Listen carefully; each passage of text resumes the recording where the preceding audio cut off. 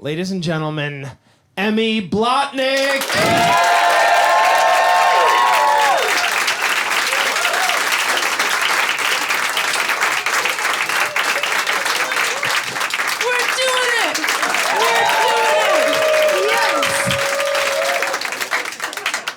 Do you guys want to hear about my favorite Wheel of Fortune clip? Good. All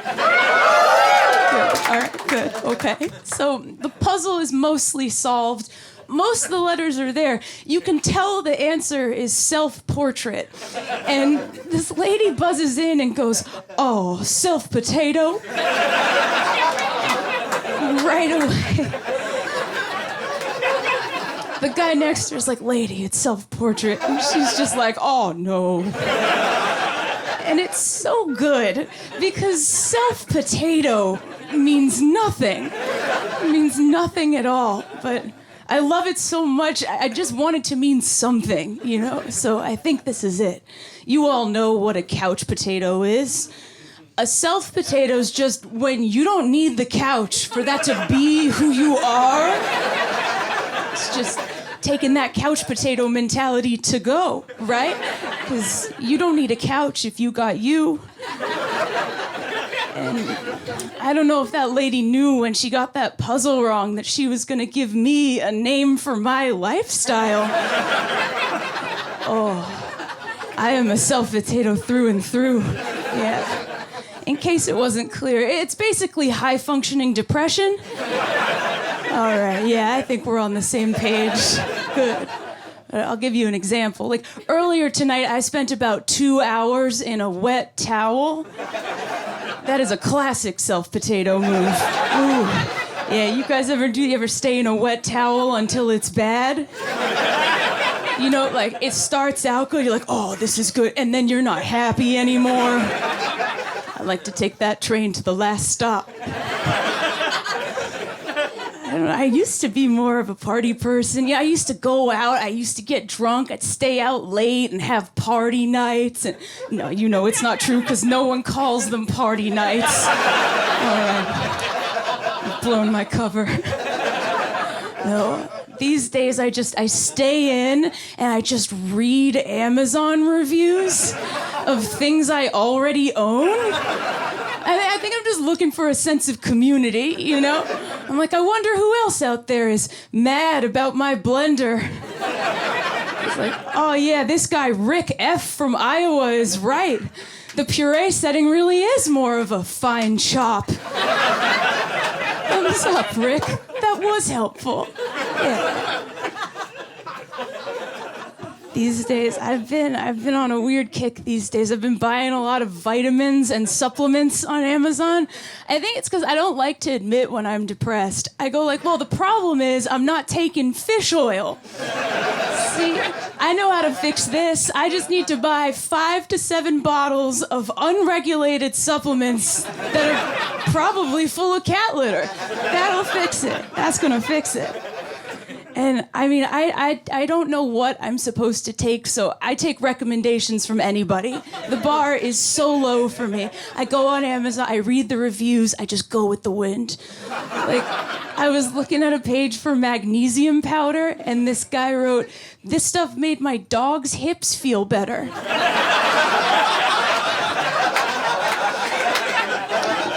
I was just like, yeah, add to cart. Let's see what this can do. There was another one, it was like an energy supplement, and a guy gave it 5 stars, and he wrote, "This stuff lets me fuck my wife." And I was just like, yeah, sold. Let's fuck this guy's wife. Oh, man. Do you take any vitamins? Not really. No? You just getting it all from food, big boy? Must be nice. I like asking people what they take. There was one guy who told me he was taking zinc, and I was like, "Oh, is that helping you?" And he said, "Sometimes." I was like, "Well, what do you mean sometimes?" And he was like, "Well, some days I feel like getting out of bed, and some days I don't." I was like, "Well, you're putting a lot on zinc."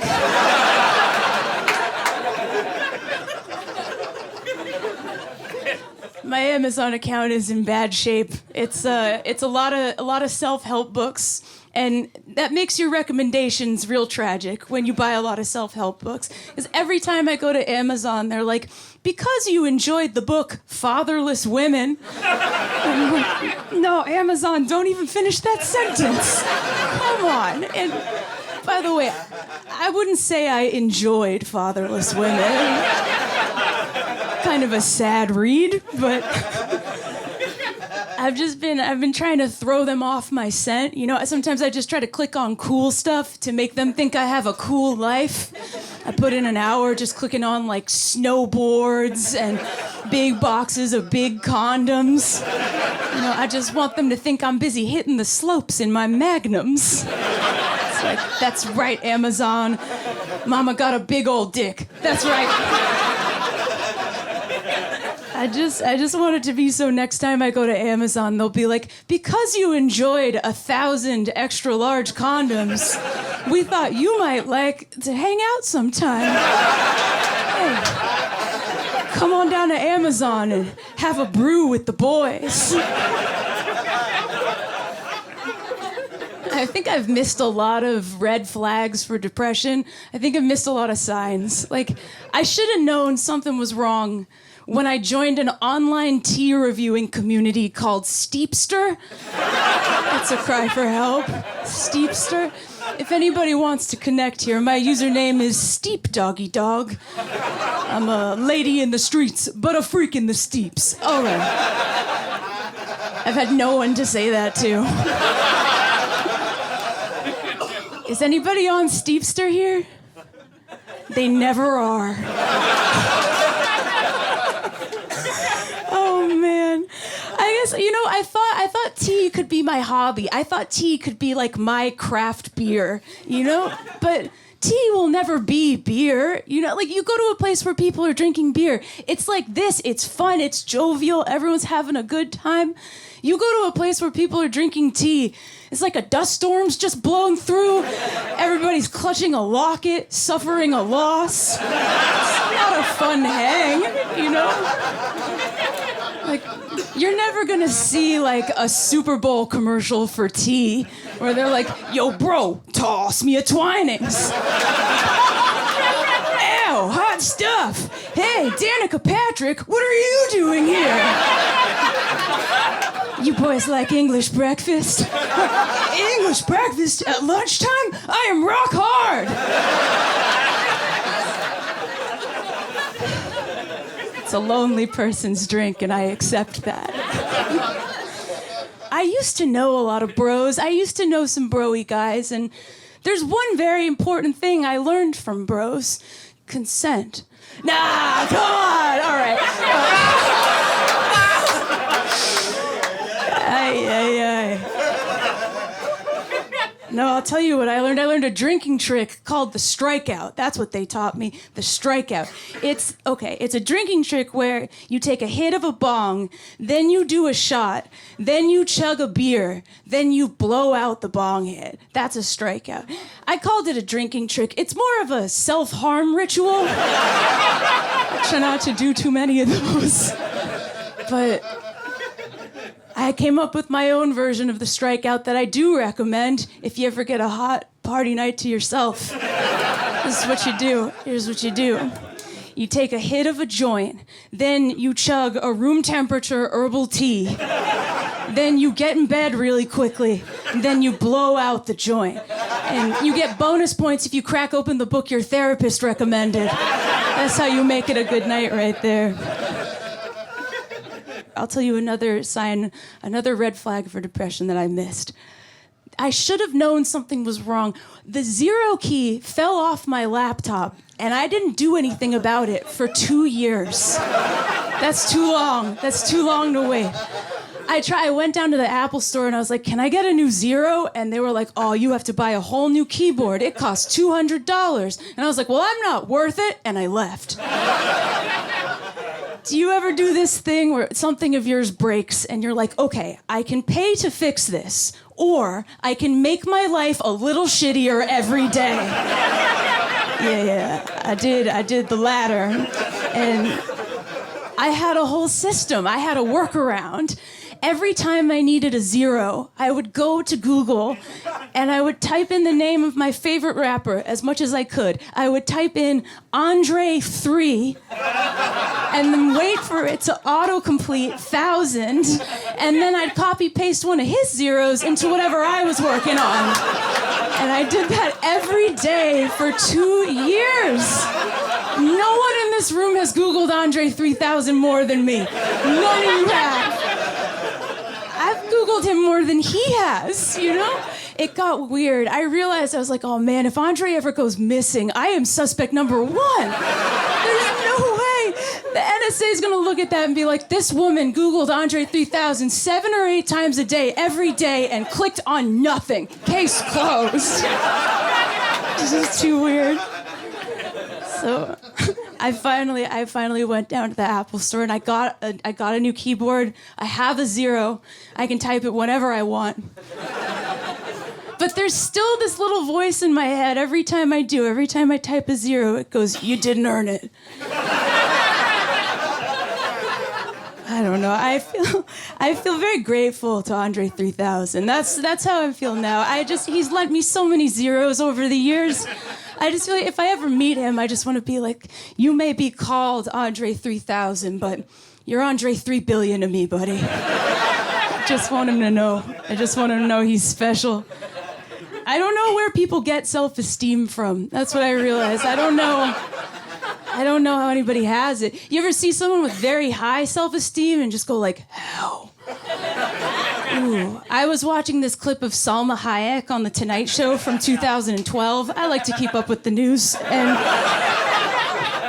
she was just looking amazing, and she's got this other level of confidence because she was there to promote a movie or something, but at some point in the conversation, she turned to Jimmy Fallon and she said, Jimmy, I have my own private zoo. And these are my animals. And she just started listing off the animals in her private zoo. And it was hypnotizing. That's how I remember it. It was hypnotizing. She's just sitting there like, I have 1 dog, 2 cats, a hamster, a lizard, a turtle, a leopard, an ocelot, a hippopotamus, a giraffe, a narwhal, a walrus, a shark, an iguana, a marmot, a bullfrog, a kangaroo, a wallaby, a barracuda, 2 panda bears. I mean, she could have turned right to the camera and been like, I want you to kill the president. A lion, a tiger, a whale.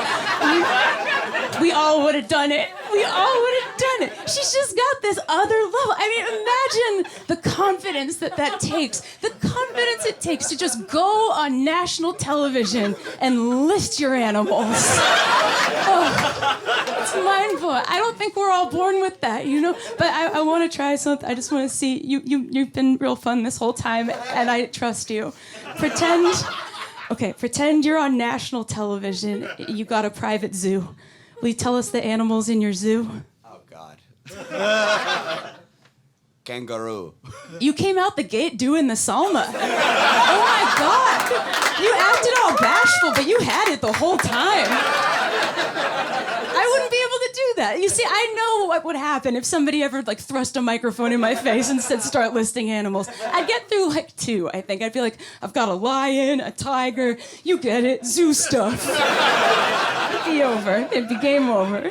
She's just got this other level. And so do you, bud.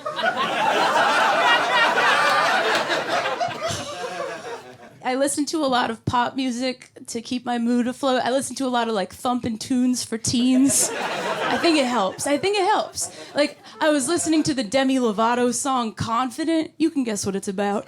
And oh man. What always happens is while I'm listening to it, I feel it. It works. And then I take my headphones out and it's just gone. I walked right into the coffee shop. I was listening to Confident. And she's singing what's wrong with being confident? And then I take out my headphones and go, I don't know what I want. I don't know if I'm hungry or thirsty. Can you help keep me alive? It's just gone. It's gone.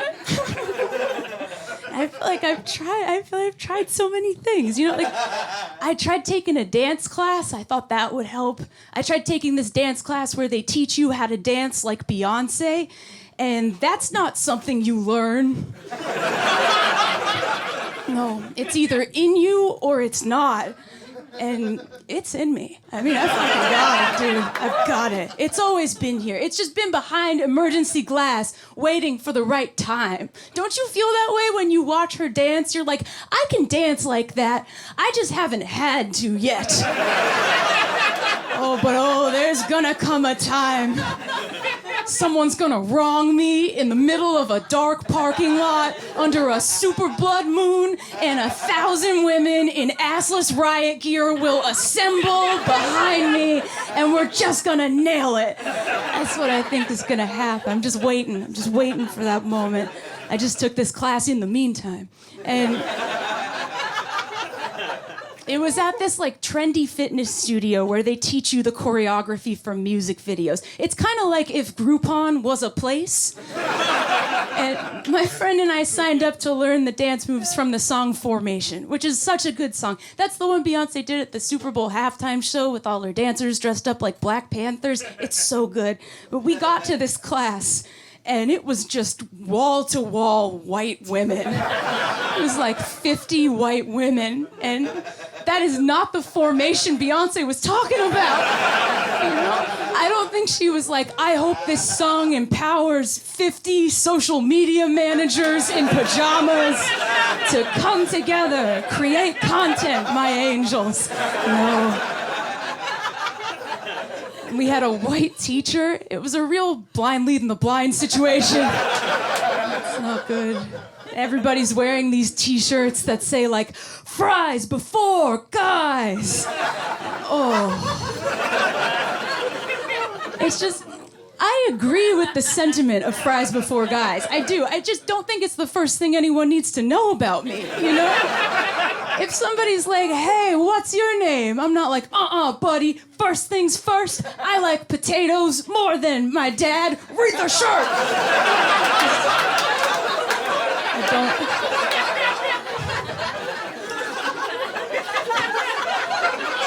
This teacher took every cool lyric in Formation and just made it so lame. She's standing in front of all of us and she's like, okay, girls, here we go. 1 and a 2, 3 and a 4. I got hot sauce in my bag. And I was just like, is this a hate crime? What is happening? It's not a hate crime. It's a love crime, but it's still a crime. It was so bad. We spent a whole hour learning these dance moves, and I had this moment of optimism, you know? I had this thought. I was like, you know, maybe it's just been bad because we've been doing it slow. I'm gonna put it all together and nail it. And she's like, okay, girls, from the top. 5, 6, 7, 8. And it looked like someone opened the gate at a doggy daycare center. It was mayhem. It felt like being trapped in my own fart. You know? I don't know how to explain to you what it feels like to have a dream die around you, but if you ever want to watch 50 white ladies eat shit to your favorite songs, head on over to Broadway Bodies, a place I hope burns. Oh, boy. I didn't think I'd be here wishing fire on a dance studio. That's what happened. Keep doing this thing where I go like, okay, I'm gonna go to bed early. It's a full night's sleep for me. 8 o'clock bedtime, that's right. And then all of a sudden the sun is coming up and I'm like, why am I looking at Kelly Clarkson's discography? I was reading Kelly Clarkson's discography. I know everything now. I know all about the producers of the songs Since You've Been Gone. I know all about their lives. I spent most of the night reading about one of her producers, this guy named Max Martin. Do you guys know who he is? Oh, a few of you. All right, cool. If you don't, strap in. I know everything. Max Martin is a 47-year-old Swedish music producer, and he writes and produces all the pop music. I didn't know it was all coming from one guy, but it is. He did all the 90s shit you like, Britney Spears, the Backstreet Boys, all the dry humping classics.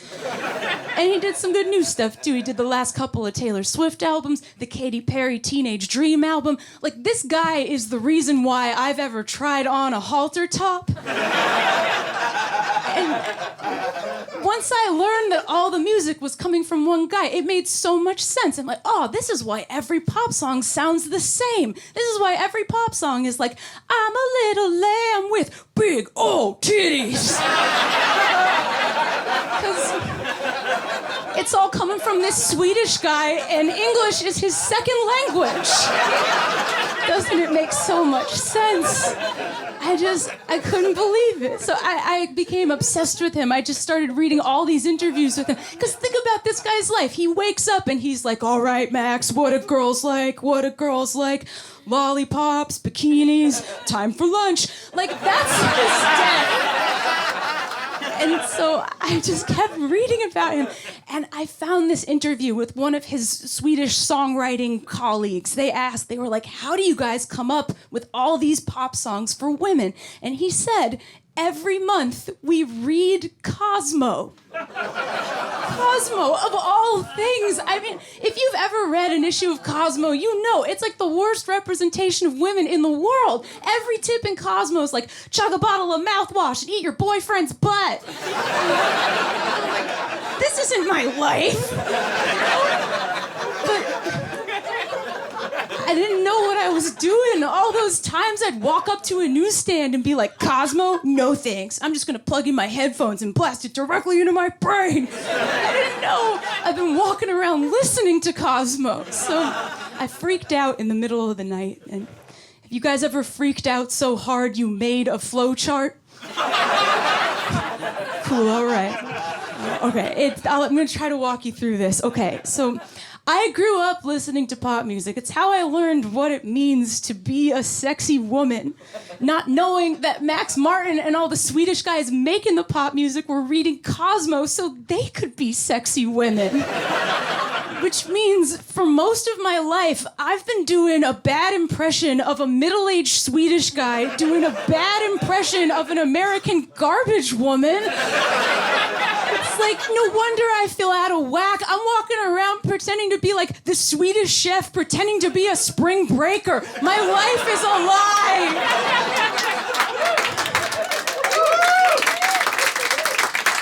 And then I was like, well, time for work. And I showed up all frazzled. I was all messed up. And everyone's like, are you okay? And I'm like, don't you get it? There's a man controlling the radio. He's telling me how short to wear my shorts. He's making me learn dance moves I don't want to dance. He's making me blow dudes. I don't want to learn anything else about the music industry. No, I don't want to find out that all of Bjork's catalog was written by one gnome in the woods. I'm done. I've been reading all these self-help books, and all of them say that you're supposed to love yourself. Does anyone here love themselves? It's funny, you ask an audience who loves themselves, sometimes one person will be like, woo, and you can feel the rest of the crowd be like, what a piece of shit. It's hard to love yourself, you know, it takes work, and I find it's much easier to love other people than it is to love yourself, you know? Like, last weekend, my best friend was gonna come over. I love my best friend. I cleaned up my apartment, I took all of the dishes out of my bed, and it's a big deal when I do that, because my bed is home to some of the best Indian food in the city. I bought this big platter of smoked salmon for her. And I'm a good friend. I bought her smoked salmon.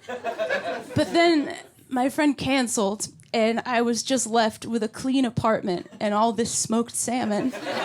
And I realized that I don't buy smoked salmon for myself because I don't think I deserve salmon. But I do deserve salmon. I have $10. I deserve salmon, and so do all of you. I'm gonna make you say it with me. I deserve salmon. I deserve salmon. No, I'm not getting off of this stage until every one of you motherfuckers admits that you deserve salmon. Let's do this again. I deserve salmon. I deserve salmon. Yes. I deserve salmon like Daryl Hammond in a famine. I deserve salmon like Daryl Hammond in a famine. I deserve salmon or whatever plant-based alternative suits my dietary needs. I deserve salmon or whatever plant-based alternative suits my dietary needs. Now just the vegans. I deserve salmon. Yes. Yes, you do. You're damn right you do. Oh.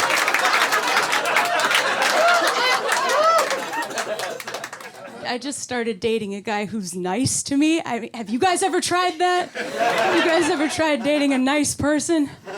Ooh, I don't trust it. Every time I see this guy, I'm like, are you sure you don't want to have a drinking problem? Are you sure you don't want to black out at brunch and tell me to calm down? Come on, man. Say something about my mom that only I should say about my mom. Mess this up. No, this guy's been good. And he's very tidy, which is cool. Not a lot of guys are tidy. Every other guy I'd been with, like, you'd go into their bathroom and the floor would just be covered in loose hair. It looked like a Greek diner owner evaporated. You know? It looked like... It looked like a guy was gonna run in with an omelet in a pan and be like, oh, what happened to Dino? You know, it's just...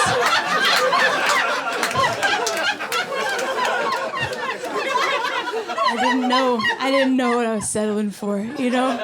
Like, I dated a guy for 3 years whose towels smelled faintly of mildew, and I brought it up. I was like, hey, these towels don't smell very good.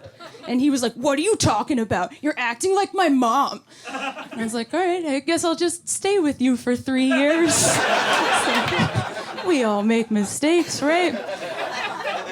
That relationship turned into a long distance thing, which was not fun. Long distance. Is anybody here doing long distance? Oh, there's one guy in the back? Oh, man. Everybody else here is fucking someone local? You in the back, just toughing it out. Oh, boy. How long have you been doing it? 6 months. 6 months. All right. Give it another 6 and get out. She moves here in a week. What'd you say? She moves here in a week. Thank you for putting a little salt in my wound.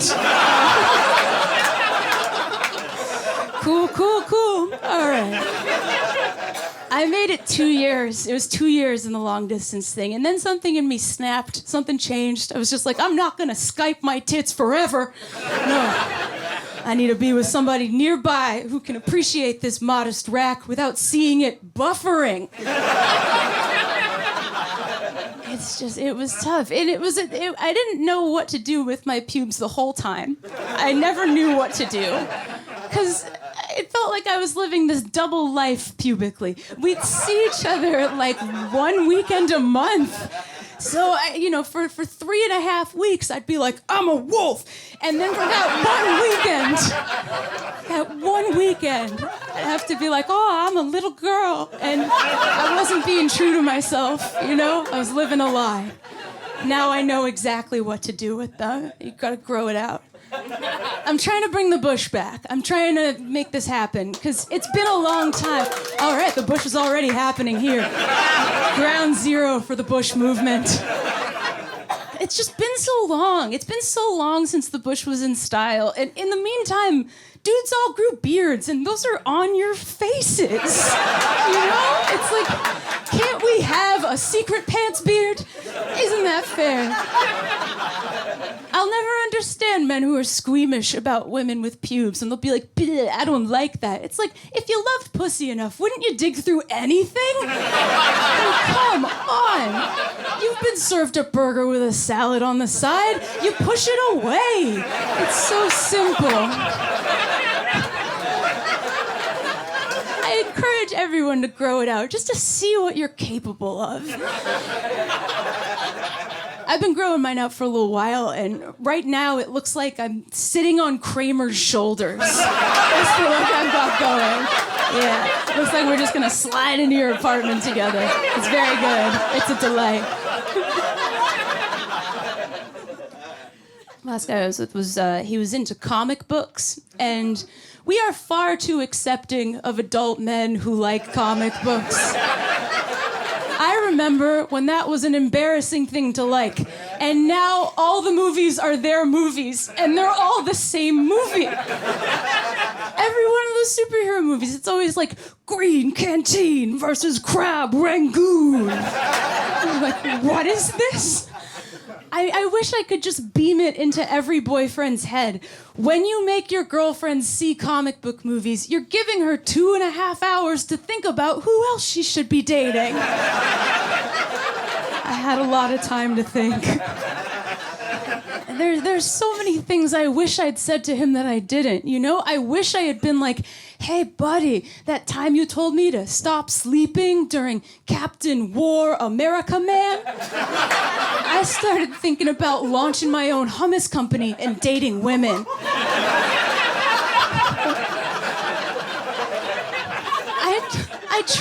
I tried watching those movies. I watched all the Batman movies with him, and the whole time I just wanted to elbow him and be like, hey, if your parents get murdered, you do have to go to therapy. You can't just go swooping up female journalists when you feel like it. They're working on stories. Leave them on the ground. I know I don't speak for everybody about this, though. I know there are women who like superhero movies. I know they exist. I've just never met one of them. Are there any here?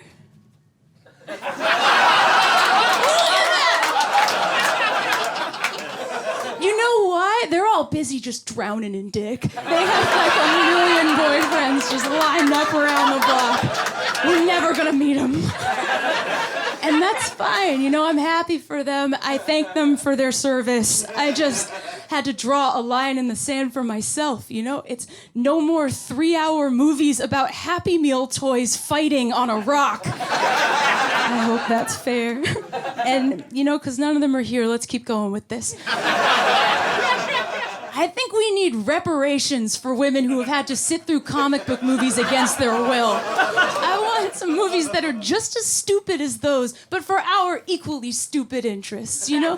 I want a movie that's just 2.5 hours of Rachel McAdams trying on blouses. That's it, just back-to-back blouses. Because there are a lot of blouses out there, and she looks good in all of them. And just be her pulling back the dressing room curtain going, what do you think? The movie's called What Do You Think? If that doesn't do it for you, how about this? How about a movie that's just 3 hours of Kathy Bates chopping wood? Doesn't that sound great? They tried with Wonder Woman. They're like, here's a strong woman for you. It's like, yeah, but she's a beauty queen in a metal tube dress. I want Kathy Bates preparing for winter. That's the movie. I just want to see her out back behind a cabin, just swinging an axe in a nightgown. It's just all chopping, no talking. And the movie's called... You'd see that shit. You'd love it. The guy I'm with now is terrific. He's a great guy. He's a chef. That's like the best kind of person you can be with, a chef. I'm learning so much. Before I was with a chef, I thought I knew how to cook, but in retrospect, I was mostly just cutting up jalapenos and touching my eyes. It's been a real learning experience for me. And you know, sometimes I try to cook for him too. You know, I ask him for his feedback. I'll be like, what do you think? He'll be like, there's plastic in this. And I'll be like, oh, sorry, I didn't go to food school.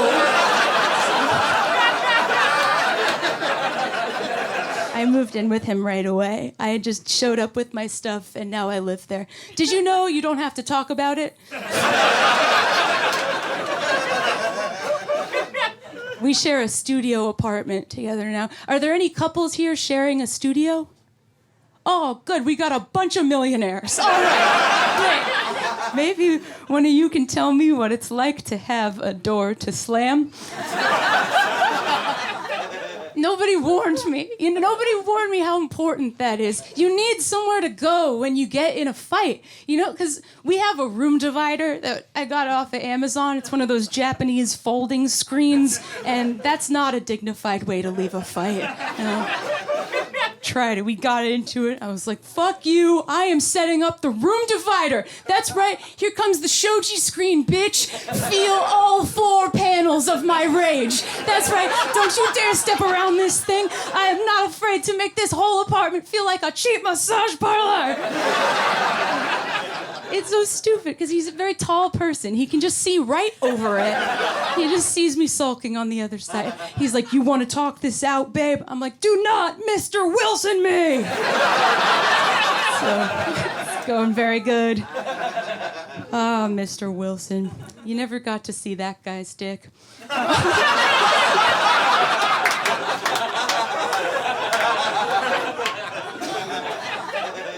I met him on Bumble, which I didn't think that was going to happen. Bumble is the app where women have to send the first message, and it is a trap. It's tricky. I got on there, and the first guy I matched with was a member of the Blue Man group. Right away. Blue Man. And I was trying to be open-minded about it. I was like, all right, let's send the Blue Man a message. Here we go. We'll do this. Here we go. He's like, hey, Blue Man. Where does the blue paint stop? And he didn't write back, so I was like, well, maybe that wasn't clear. Do they paint the dick? I never heard from him, but he's probably busy doing Blue Man stuff, drumming on a trash can or whatever it is Blue Men do. I don't know what Blue Men do. I feel like a Blue Man could do anything, and we'd all be like, that's the show. But I think Bumble is tricky. I think it's hard to start the conversation. And all my guy friends who are on Bumble say the same thing. They all say that every woman just says, hey. They're like, you need to get pickup lines. And it's like, well, where are we supposed to get pickup lines from? There's no female pickup artist teaching us, like, walk up to a guy and be like, aren't you a little ugly to be here? You're all just getting hey. And I know that's boring. So if I'm going to give any advice tonight, it's this. If you're going to use Bumble, just smoke a bunch of weed and say what's on your mind. That's it. Don't think too much. Just get high and start a conversation like, do you think Danny DeVito is happy right now? Just be like, man, what are spiders even doing? If he's cool, you'll hear from him. I think so. 'Cause the guy I'm with now, his profile just said, I'm a chef. And I wrote, whoa, a chef. And now we live together.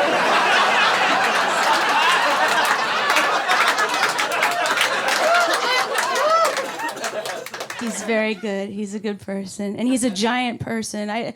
It's very fun to be with a giant. When we walk around together, it looks like one of those viral videos that's like, unlikely animal friends. It's very fun. You know those ones where it's like, look at this grizzly bear being nice to this raccoon. It's kind of our dynamic. It's a very fun hang. Yeah. I always wanted to date a giant. I didn't think it was going to happen. I used to look at pictures of The Rock, and I'd be like, God, I hope his type is Jewish women who get tired easily. Oh, let it be. I just want to climb a human mountain. And now that I've had the experience, I think everyone should. I think in a perfect world, everybody would get to spend one night with The Rock. That's how it should happen. And you look like you don't want to do it. You do want to do it? This guy would fuck The Rock. That's awesome. That's just great. If anybody's hesitating, you don't have to have sex with him in this scenario. You could just let him hold you like a baby. Doesn't that sound nice to be cradled in The Rock's arms? I mean, I'm taking the sex option. I'm with you, dude. I just want to make sure everybody's comfortable. But I do think The Rock could fuck all of us. I do think he could. I know he could. I read this, it was an interview in a magazine where he was going through his diet, and The Rock eats 46 ounces of steamed cod a day. It's like he's training to eat all our pussies. You know, it's too much cod to be a coincidence. Why else would you do that? I mean, I'm sure there are some bros here who are like, well, he needs the protein. It's like, pounds and pounds of cod? That's a choice, baby. The Rock's got a secret bucket list item to muff dive the whole planet. That's what's going on. He's just gonna sit up straight one day and be like, seems like a lot of ladies could use a boost. It's just gonna be on. It'll be like, download my app and I'll squeeze you in between Jumanjis. I think that's how it's gonna work. Although this was kind of a bummer, I found out that The Rock already has an app. It's called The Rock Clock, and it wakes you up at the same time as The Rock. And that's it. That's all. It's such a tease. Like, you go to download this thing, and they're like, you want to wake up with The Rock? And you're like, yeah, I do. And then it goes off at 3 in the morning, and you're alone, and it's like, time for morning cod. Yeah. It's not what I wanted at all. I get confused about The Rock sometimes because I love him. I get confused because sometimes I think I want to fuck The Rock, and other times I realize I want to be The Rock. Doesn't that seem like what a vessel to travel the world in, to be in the body of a giant man. It just seems so roomy. It's so comfortable, you know? Giant men are like the SUVs of people. It's like, even if you don't like them, you're like, I better get out of the way and just do whatever they want, it seems like. He can do so much. Like, in the video game of life, where you have to choose which character you're gonna exist as, you know, like at the beginning of the video game when all the characters are bouncing like this? You would never hover over, like, osteoporotic Jewish woman and be like, yes, that's my fighter, yeah. No, you choose The Rock every time. I mean, God, did you guys see Fast 7? It's the 7th Fast and the Furious movie. I don't know if that's clear from the title. But, oh, there's a scene in Fast 7. It's so... I don't want to give too much of the movie away, but you already know what happens. Cars go vroom. Family. So...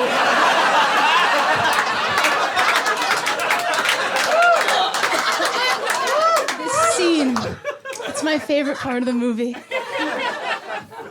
It's so good. The Rock gets hurt. He's in the hospital. He's got both his arms in giant casts. And he catches wind somehow that his family needs him. And he summons the strength from within to break out of both of his casts. He bends his arm. The bandages just pop off him. He puts on his bulletproof vest and goes, Daddy's got to go to work. I mean, did you come? It was a big moment for me. That was a real seat wetter, that one. I just realized that I was jealous, too, because, like, I mean, if I was ever in that if my family needed me, if I ever had to break out of 2 casts, I would shit my hospital bed. I already know. I would make that face like, nah, but just shit in my bed. And that's how I know it's better to be a giant guy. I mean, God, they just get away with so much. I was getting on the train. This was Monday morning rush hour, and the train pulled up just packed with people. The doors opened, and this giant guy stepped out. He was letting people out. And when he tried to step back in, a little guy had taken his place, and he was like, there's no more room, dude. And the big guy just freaked out in a way you only can if you're a big guy. He got right in his face, and he was like, listen, dipshit, I was here before, and now I'm back. So shut up and stuff in. 8 in the morning. And then they spent the next stop almost kissing. Their faces were so close together. They were like one hot breath away from a deep kiss. And I don't know how their story ends, but I hope it's over a candlelit dinner with the little guy being like, you had me at stuff in. I want it to be something beautiful like that, because I just keep thinking about this guy. That's how he starts his days. He just rolls out of bed like, what's for breakfast? Eggos, nice. Like, that's the starting volume for his day of yelling. What a dream. What a dream that is. Like, if you could, wouldn't you start every conversation like, listen, dipshit? Wouldn't you just get everything done so much faster? I dream of being able to do that. I do. I'd never yelled in public before because my voice sounds like every day is my bar mitzvah. And I didn't think anybody would take me seriously. But I've just been trying to yell, and it's going okay. I was on the bus, and I stood up too fast, and all my bones cracked, like, pretty loudly. And the guy next to me was like, hey, drink some milk, lady. And I was just like, I would if it agreed with me. So you see, it's not the powerful yell I wanted, but it's a start. You know, it's a start. And I think I got a second chance. I got a second chance at yelling, and I think it went better the next time. I was at a bagel place. It was Sunday morning, and the guy in front of me in line ordered a blueberry bagel with strawberry cream cheese. Thank you. I'm glad. I can feel in this room we all agree that bagel order is a disgrace. I'm glad. I heard him order it, a blueberry bagel with strawberry cream cheese, and I was just like, if I'm ever going to use my voice, the time is now. Just get a muffin! And that one felt good. That felt very good. I think that guy wanted a muffin, and I set him free. I had a little bit of a muffin-related incident recently, and you're not getting a better transition than that. Last summer, I got called in for jury duty for the first time, and I know it's not supposed to be fun, but it's worse than I thought it would be. You have to get there at 8 in the morning, and none of your friends are there, and you don't know when you're going to get to eat. They don't tell you when you're going to get to leave. They give you the paperwork where they ask you to write down your hobbies, and you're like, oh, here we go again. Snowboards, big condoms. I'm just jerking my cock on a mountain. How about you? I was a mess that morning. I got there at like 7:59, and there was a coffee cart outside the courthouse. I grabbed a big muffin, I just shoved it in my face, and I went in. And they grabbed about a dozen of us, they put us in the jury box, and they asked, they're like, this is a medical malpractice case. We're gonna make sure everyone here can be fair and unbiased. And then everybody comes up with their little story. And so they went to the first lady in the jury box, and they were like, ma'am, can you be fair and unbiased in a medical malpractice case? And she went right for the hysterics. She was like, my husband was murdered by veterinarians. I can never forgive them. And they were like, oh, ma'am, we are so sorry. You are dismissed. And I was like, oh, come on. That's what I was going to do. They went to the next guy in the box. It was an old man, and they were like, sir, can you be fair and unbiased in a medical malpractice case? And he said, oh, actually, I can't because I myself am a doctor. And I was like, oh, bullshit, dude. I saw your Quiznos badge in the hallway. Why don't you doctor me up a roast beef, you lying sack of shit? I sent him out. And then it was my turn to go, and I was ready. I had been thinking of my little story, and I was ready. And they were like, ma'am, can you be fair and unbiased in a medical malpractice case? And I said no. And they said, you are dismissed. And I was like, you don't want to hear it? I thought we were all doing stories. I was like, okay, I'm not asking any questions. And I just walked out, and it's this electric feeling when you get your day back. So I went out to the courthouse steps. I was going to take a picture to send to my boyfriend. I was going to be like, I'm free. And I saw in my reflection that I had chocolate all over my face. And that's why there were no follow-up questions. Because they don't want you on the jury if you look visibly insane. Well, how's she gonna handle a medical malpractice case if she can't handle a muffin? Get out of here, lady. I do have my strengths. I have some strengths. I can write a bitch of an email to customer service. That's where I shine. You ever do that? You ever just channel all your anger into an email to no one? You're like, well, no one's gonna read this, so I might as well let it rip. Oh boy, I wrote a real humdinger of an email to the Dyson company. You guys know Dyson? They make vacuum cleaners. I wrote them an email because I found out that they don't make a vibrator, and I think that's a bunch of bullshit. That's fucked up. They have all the parts. They have all the parts you need to make the greatest vibrator in the world, and they don't do it. They won't just combine them. It's so frustrating. It's like, you ever go to a restaurant, you're like, I know it's not on the menu, but can I get a grilled cheese? And they're like, no. And you're like, yeah, but you got the bread and the cheese and the grill. Can you just put them together so I can shove it in my vagina and go to bed? What is the holdup here? Dyson. They make hand dryers. I mean, it's the exact opposite of what I want. You know, I don't know how to get it through to them. Because you see the commercials for Dyson sometimes. It's this uptight British guy in black and white, and he goes, more suction. And it's like, yeah, exactly. Oh, so this email got out of hand. It had a dismount. I wrote, so James Dyson, if you're reading this, you better get your act together and make a smooth, sleek dick, you bottom shelf Richard Branson bitch. And I hit send. And Salma, guess what? They fucking wrote me back. They wrote back. They said they were gonna forward it to the correct department, which I believe is the police. You guys have been so much fun. Thank you so much.